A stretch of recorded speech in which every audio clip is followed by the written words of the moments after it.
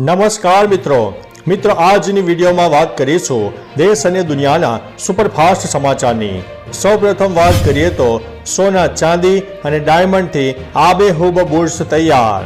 Diamond city સુરતમાં સૌથી મોટી હીરાની ઓફિસ ડાયમંડ બુર્સ બિલ્ડિંગનું ઉદ્ઘાટન આગામી સમયમાં પીએમ મોદીએ કરી દીધું છે। ત્યારે સુરતના એક હીરા ઉદ્યોગપતિએ સોના ચાંદી અને હીરાથી 2 કિલોનું આબેહૂબ ડાયમંડ બુર્સ બનાવ્યું છે। આ બુર્સમાં 6886 ડાયમંડનો ઉપયોગ કરવામાં આવ્યો છે।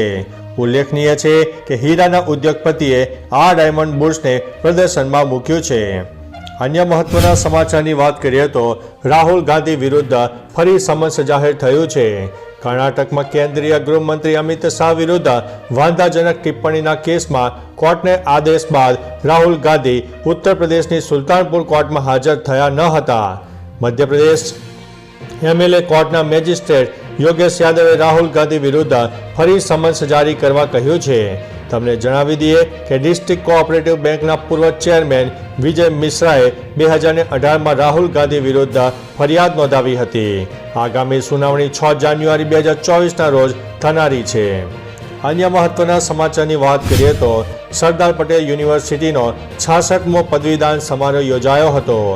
અતિથિ તરીકે કેન્દ્રીય ગૃહમંત્રી અમિત શાહ ઉપસ્થિત રહ્યા હતા। 66મા પદવીદાનમાં 15,754 વિદ્યાર્થીઓને પદવી એનાયત કરવામાં આવી હતી। અત્યાર સુધીમાં કુલ 3,74,548 વિદ્યાર્થીઓને ડિગ્રી અપાઈ છે।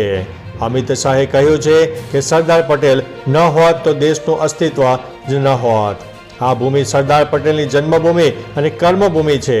મને પદવીદાનમાં બોલાવ્યો તેનું મને ગૌરવ છે। અન્ય મહત્વના સમાચારની વાત કરીએ તો સાસુ સાથે રંગરેલિયા મનાવતો જમાઈ ઝડપાયો છે।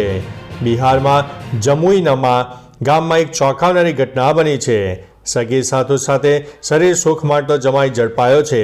જે બાદ પત્ની અને ગામ લોકોએ સાથે મળીને પતિને માર્યો હતો। ઉલ્લેખનીય છે કે આ ઘટના બનતા ગામના લોકોએ મહિલાના પતિને ઝાડ સાથે બાંધી દીધો હતો અને ઢોર માર્યો હતો અને પત્નીને જાણ કરવામાં આવી હતી અને પત્ની તેના પતિને ઝાડુ વડે માર્યો હતો। તો ચાલો મિત્રો, ફરીથી દેશ અને દુનિયાના સુપરફાસ્ટ સમાચાર લઈને મળતા રહીશો। ત્યાં સુધી અમને રજા આપશો। નમસ્તે।